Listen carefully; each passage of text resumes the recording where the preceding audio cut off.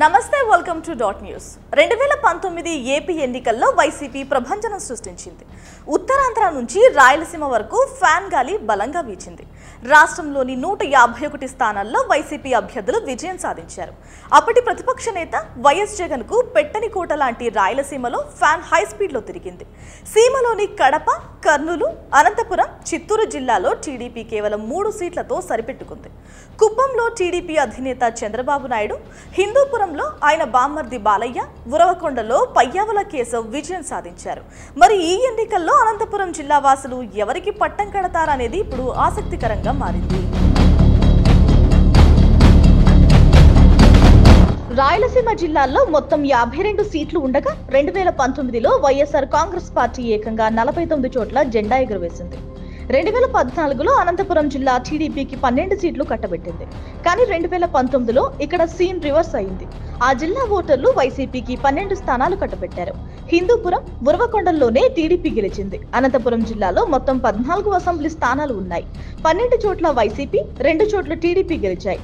రాయదుర్గంలో YCP అభ్యర్థి కాపు రామచంద్రారెడ్డి, గుంతకల్లు వెంకట్రామిరెడ్డి, తాడిపత్రిలో కేతిరెడ్డి పెద్దారెడ్డి, సింగరమలలో జొన్నలగడ్డ పద్మావతి, అనంతపురం అర్బన్లో అనంత వెంకట్రామిరెడ్డి, అలాగే కళ్యాణదుర్గంలో కేవి ఉషశ్రీచరణ్, రాప్తాడులో తోపుదుర్తి ప్రకాష్ రెడ్డి, మడకసిరలో తిప్పేస్వామి, పెనుకొండలో శంకర్ నారాయణ, పుట్టపర్తిలో దుద్దుకుంట శ్రీధర్ రెడ్డి, ధర్మవరంలో కేతిరెడ్డి వెంకట్రామిరెడ్డి, కదిరిలో సిద్ధారెడ్డి గెలుపొందారు.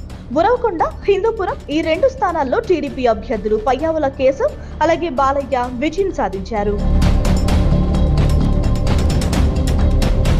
రాయలసీమలోనే అతిపెద్ద జిల్లా అనంతపురం. 5 ఏళ్ల కిందట సీన్ మళ్లీ ఇప్పుడు రిపీట్ అవుతుందా?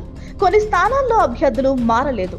అనంతపురం అర్బన్ నుంచి అనంత వెంకట్రామిరెడ్డి, కళ్యాణదుర్గం నుంచి తలారి రంగయ్య, రాప్తాడు నుంచి తోపుదుర్తి ప్రకాష్ రెడ్డి, మడకసిర నుంచి ఈర లక్కప్ప, హిందూపురం నుంచి టిఎన్ దీపిక, పెనుగొండ నుంచి కేవి ఉషశ్రీచరణ్, పుట్టపర్తి నుంచి దుడ్డుకుంట శ్రీధర్ రెడ్డి, ధర్మవరం నుంచి కేతిరెడ్డి వెంకట్రామిరెడ్డి ఇక్కడ వైసీపీ అభ్యర్థులుగా బరిలో దిగుతున్నారు. మరి టీడీపీ అభ్యర్థులుగా అనంతపురం అర్బన్ నుంచి డి వెంకటేశ్వర ప్రకాష్, కళ్యాణదుర్గం నుంచి అలినేని సురేంద్రబాబు, రాప్తాడు నుంచి పరిటాల సునీత, మడకసిర నుంచి ఎంఈ సునీల్ కుమార్, హిందూపురం నుంచి నందమూరి బాలకృష్ణ, పెనుగొండ నుంచి సవిత, పుట్టపర్తి నుంచి పల్లె సింధూరారెడ్డి, ధర్మవరం నుంచి వై సత్యకుమార్ పోటీకి దిగుతున్నారు. మరి వీరిలో బలమైన అభ్యర్థులు ఎవరు, ప్రజలు ఎవరిని ఎన్నుకుంటారు అనేది సర్వత్రా ఆసక్తికరంగా మారింది. ఏది ఏమైనా రాయలసీమ మొత్తం మీద వైసీపీ బలంగా ఉందని బలమైన టాక్ కూడా వినిపిస్తోంది. మరి మరోసారి తమకు జగనే ముఖ్యమంత్రిగా కావాలని సీమ ప్రజలు గట్టిగా కోరుకుంటున్నారని వైసీపీ శ్రేణులు అంటున్నారు. ఈసారి ఎన్నికల్లో రాయలసీమలో హై స్పీడ్ లో తిరిగి మరోసారి సునామీ సృష్టించడం ఖాయమని రాజకీయ విశ్లేషకులు కూడా అంటున్నారు. ఫ్యాన్ సునామీ రిపీట్ అవుతుందా? సైకిల్ సవారీ మెల్లగా సాగుతుందా? లేదంటే సైకిల్ బుల్లెట్ స్పీడ్ లో దూసుకు వెళ్తుందా? తెలియాలంటే జూన్ 4వ తేదీ వరకు వేచి చూడాల్సిందే.